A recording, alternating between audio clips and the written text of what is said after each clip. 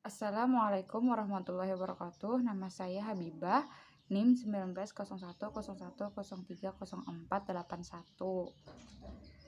Di sini saya ingin mengerjakan middle test kewirausahaan dan dengan menjawab beberapa soal dari dosen.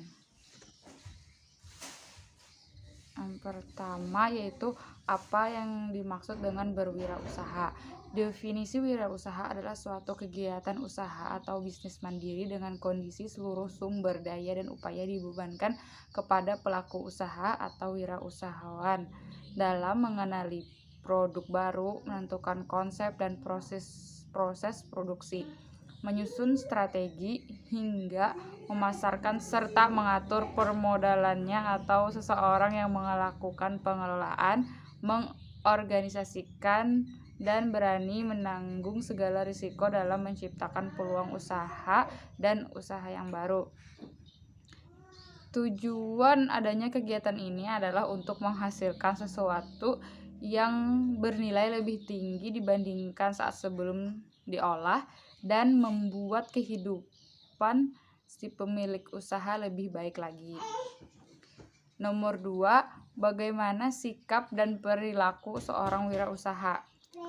Yaitu seorang wirausaha harus memiliki sikap. Yang pertama, sikap yang selalu positif terhadap segala hal. Yang kedua, mempunyai respon yang positif terhadap kritik, tekanan, dan tantangan. Nomor 3, sikap yang berorientasi ke depan dan tidak mudah terlena dengan hal yang sudah berlalu. Nomor 4, tidak mudah gentar terhadap pesaing atau kompetitor. Selanjutnya, selalu ingin tahu dalam hal memajukan usahanya dan selalu ingin memberikan yang terbaik untuk orang lain. Selalu penuh semangat dan tidak pantang menyerah atau pekerja keras. Dan yang terakhir, punya komitmen yang kuat dan integritas yang tinggi. Soal yang nomor 3, jelaskan tentang good cash and bad cost. Good cash merupakan pengeluaran yang kita keluarkan namun memiliki dampak baik atau berguna bagi diri kita, misalnya membeli buku pelajaran, seragam sekolah, sepatu sekolah, dan lainnya. Sedangkan bad cost merupakan pengeluaran yang kita keluarkan untuk hal yang kurang berguna bagi kita, misalnya jajan atau membeli hal yang tidak diperlukan.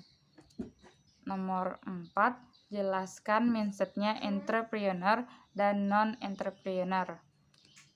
Seorang entrepreneur akan berpikir bahwa setiap ada kesempatan yang dapat dimanfaatkan dari ketersediaan sumber daya di sekitarnya.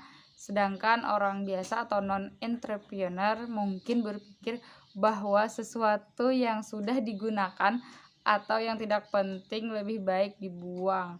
Tetapi beberapa orang yang berpikir sudut pandang yang berbeda akan berpikir untuk memanfaatkannya dan dijadikan sesuatu yang bisa dijadikan uang.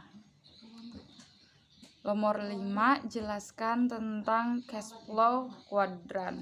Menurut Robert Kiyosaki, pencetus teori ini, cash flow quadrant adalah cara yang digunakan untuk menghasilkan pendapatan atau uang.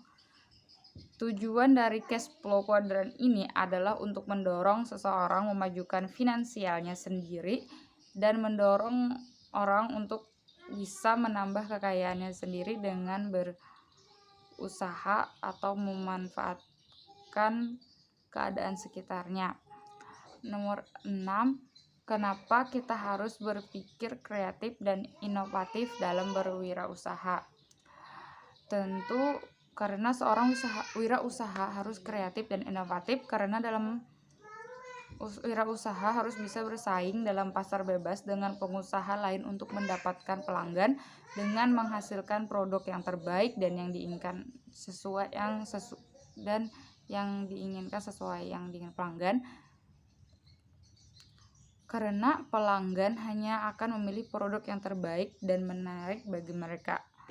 Nomor 7, yaitu Jelaskan tentang metode ATM dalam kewirausahaan. Metode ATM adalah singkatan dari amati, tiru, dan modifikasi, yaitu A. Untuk A, amati, maksudnya adalah kita akan mengamati jalannya bisnis yang dijalankan oleh pesaing kita. Mengamati bukan artinya hanya melihat, namun lebih tepatnya mempelajari apa yang mereka wirausaha mereka. Di sini mempelajari di sini bisa dikaitkan dengan produk, strategi pemasaran, dan lain-lainnya. Yang kedua yaitu tiru, yaitu ada beberapa hal yang bisa kita tiru seperti prinsip usaha pesaing, sistem manajemen, pola kerja, proses produksi, peralatan digunakan, strategi pemasaran, standar pelayanan, fighting spirit, dan mentalitas. Yang penting kita tidak boleh meniru brandnya atau logo. Yang terakhir yaitu M, modifikasi, yaitu dengan memberikan sentuhan yang sedikit berbeda pada produk agar jauh dari kesan meniru. Bisa dengan karakter, sumber daya, gaya, serta kondisi produk. Gaya harus dapat memberikan warna dan sentuhan berbeda agar terlihat jauh dengan produk milik pesaing. Selain itu, sentuhan modifikasi akan memberikan kesan segar dan yang baru, dan itu bisa membuat pelanggan tertarik. Itu saja dari saya. Sekian dan terima kasih. Wassalamualaikum warahmatullahi wabarakatuh.